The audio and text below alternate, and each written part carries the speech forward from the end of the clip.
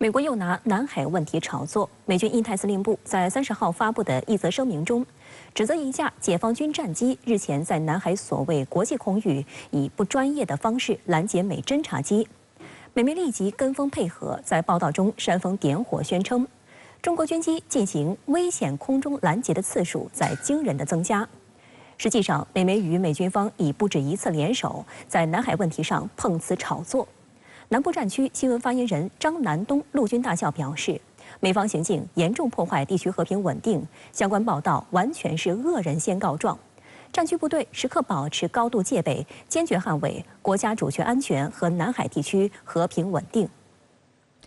美国有线电视新闻网等多家媒体30号援引美军印太司令部的声明宣称，一架解放军歼16战机本月26号在南海所谓国际空域对美军 RC-135侦察机进行所谓不专业的拦截。声明还声称，解放军战机进行了不必要的咄咄逼人的机动动作。美方还在推特发布视频，以此佐证中国军机的所谓不专业的拦截。据 CNN 描述，解放军该歼16战机当时直接从美国 RC-135侦察机机头前方切入，迫使美军机穿过拦截飞机的稳流飞行。这一描述恰恰配合了美军方发布的视频画面。视频中可以清晰看到 RC-135V 出现颠簸。歼16战机是中国自主研发的一款双座重型多用途战斗机，它既可完成制空作战任务，也能实施对地对海打击，是中国空军攻防兼备转型重要装备之一。RC-135侦察机是上世纪60年代美国空军装备的战略侦察机，擅长在目标国沿海地区实施侦察行动，被美国空军视为与新一代军事侦察卫星和远程无人驾驶飞机同为21世纪最重要的侦察工具。外界注意到，这已经不是美媒与美军方第一次联手在南海问题上碰瓷炒作。今年2月 ，CNN 报道称，其采访团队登上美军 P-8A 反潜巡逻机，报道美军在南海上空执行任务的实况。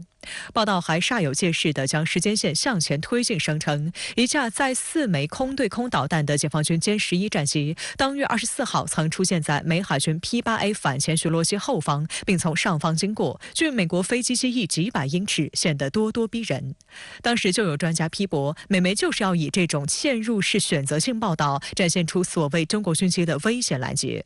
此番美军印太司令部就借此次中美军机南海遭遇一事渲染称，美方看到中国军机进行危险空中拦截的次数在惊人的增加，鼓吹中国军机变得更具所谓攻击性。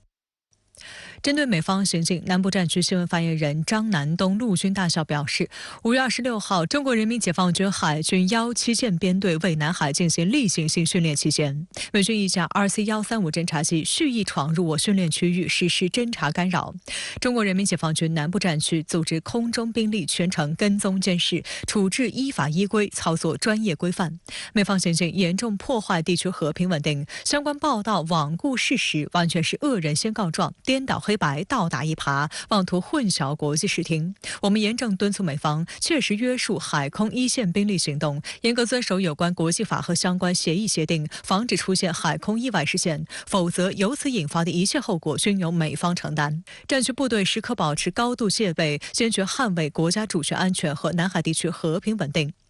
深圳卫视注意到，诸如不专业、危险拦截、攻击性、咄咄逼人等等，是美媒配合美军方报道解放军军机相关行动的惯用说辞。观察指，美方侦察机往往打着所谓在国际空域飞行的旗号，故意模糊在南海上空的具体位置。事实上，其飞行空域通常距离中国岛礁甚至大陆已经非常接近。一般来说，中方飞行员都会按照相关规则，在通过无线电警告无效的情况下，才对意图不明的他国军机进行外逼驱离。而从此次事件视频画面来看，我军军机仅仅是拦截了美军侦察机的前行通道，已经属于非常理性的阻止动作。中方反应有理、有据、有节。中国社科院亚太与全球战略研究院亚太安全外交研究室主任张杰对深圳卫视表示，面对美军舰机时常在中国家门口耀武扬威，意图惹是生事，中方按照惯常操作，跟踪、监视、警告、驱离，做出的都是最必要的、最规范的反应，却屡屡被反诬咄咄逼人。美方根本就是恶人先告状。可以肯定，就是让他还是对整体上要对现在要塑造中国的一种咄咄逼人的这种一个形象，整体就要把中国塑造为一个地区安全的一个威胁者和制造者。值得注意的是，美方恶人先告状，贼喊捉贼。正因其在包括南海地区在内的对华抵近侦察次数始终没有减少。有智库平台统计，单是今年4月，美军累计出动58架次大型侦察机前往南海进行抵近侦察，平均一天接近2次。然而，侦察架次是根据 ADS-B 信号进行统计。由于部分美军机在执行侦察任务时采用虚假识别码或不开启信号，因此实际数目更多。美军机在南海对中国岛礁以及在海上依照国际法进行正常训练的舰艇进行抵近侦察，甚至超低空穿越舰艇上空，在附近投放声纳浮标，无疑加剧了中美对抗和发生摩擦的风险。这才是真正的咄咄逼人。中国军方的拦截行动正是要告诫美方，美国侦察机不应也不能在南海如此任性。外交部发言人毛宁31号在回答相关提问时指出，美方长期频繁派舰机对中国进行抵近侦察，严重危害中国的国家主权安全。这种挑衅性的危险行动是引发海上安全问题的根源。美方应当立即停止此类危险的挑衅行动，中方将继续采取必要措施，坚定维护自身的主权安全。资深媒体人胡锡进31号发文指出，美军是当今世界最霸道的军队，其飞机和军舰对中国领土、领海和领空的抵近行动，严重威胁中国的国家安全，解放军必须予以抵制。要想化解这一紧张局面，必须是美军后退，因为他们的背后不是美国的领土、领海和领空，而是美国对崛起中国宣示并炫耀霸权的野心和贪欲。香格里拉对话会即将在新加坡举行，有分析认为，美军刻意选择发布的时间点是其惯用套路，其实意图很明显，就是要预设议题，为美防长大会发言喂料，作为指责中国的例证。深圳卫视注意到，去年6月初，加拿大国防部发布官方声明称，皇家空军海上反潜巡逻机与解放军军机发生了多次互动，并无端指责中方军机没有遵守国际航空安全规范。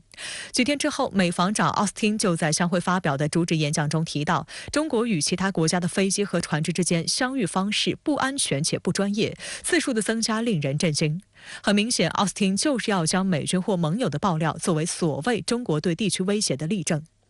张杰对深圳卫视表示，外界已经从此次美方的最新爆料中感受到了美方对解放军代表团的火药味。此次相会上，中美交锋或将更加激烈。相会它主要谈的就是安全问题，然后我对相会多年的一个观察，始终如一的热点呢就是南海问题，但往往我们看到它南海并不是谈南海谈南海，在这个相会前期的炒作，我们可以预想相会上也会热闹非凡，但是我们这个热闹非凡要打一个引号，就是说可能很大程度上美西方包括希望能够动员东南亚的国家共同把中国这个问题做成一个大的所谓的这种威胁，来塑造他们在这个本地区所谓的一些这种国际规则啊，或者是军事活动的一种合法性吧。外界关注菲律宾海岸警卫队29号在一份声明中称，将于6月1号至7号与美国、日本在巴丹省马里维莱斯港口附近海域举行演习。这是美日菲首次联合演习，三国共有400人参加，内容包括海上执法训练和机动演习，旨在加强互操作性。菲律宾海岸警卫队发言人阿曼德·巴里洛透露，此次联合演习是美日倡议发起，演习不仅有反海盗的内容，还可能包括对载有大规模杀伤性武器的船只的拦截演习。巴里洛还特别强调，此次美日菲联合演习与中国无关。不过，有分析认为，这次美日菲联合演习意味着美国要把双边军事机制打造成多边军事机制，进一步扩展美菲之间的军事同盟，将日本纳入进来。在中美竞争升温之际，美日菲这次演习是美国与其亚洲盟友合作的最新展示。这场演习是在美国的要求之下，在敏感海域举行的联合演习，看似是反海盗等非传统安全领域的军事行动，实际上重点还在传统安全领域及应对中国所带来的挑战。今年的美菲首脑会议当中，不仅谈到了美菲共同防御条约会适用于南海和这争议岛礁，也谈到了美国和菲律宾希望加强日本和澳大利亚的军事合作。我们可以看到，过去是以美国为核心和不同同盟国的合作，那现在他要加强的是，我同盟国和同盟国之间的军事合作，这属于美国整个同盟体系又一次的这种升级换代，成为一种整体性的威慑能力加强。干什么？它还是要削弱我们整个近海的一个我们自己在军事方面一些优势，然后对中国形成一系列这种威慑。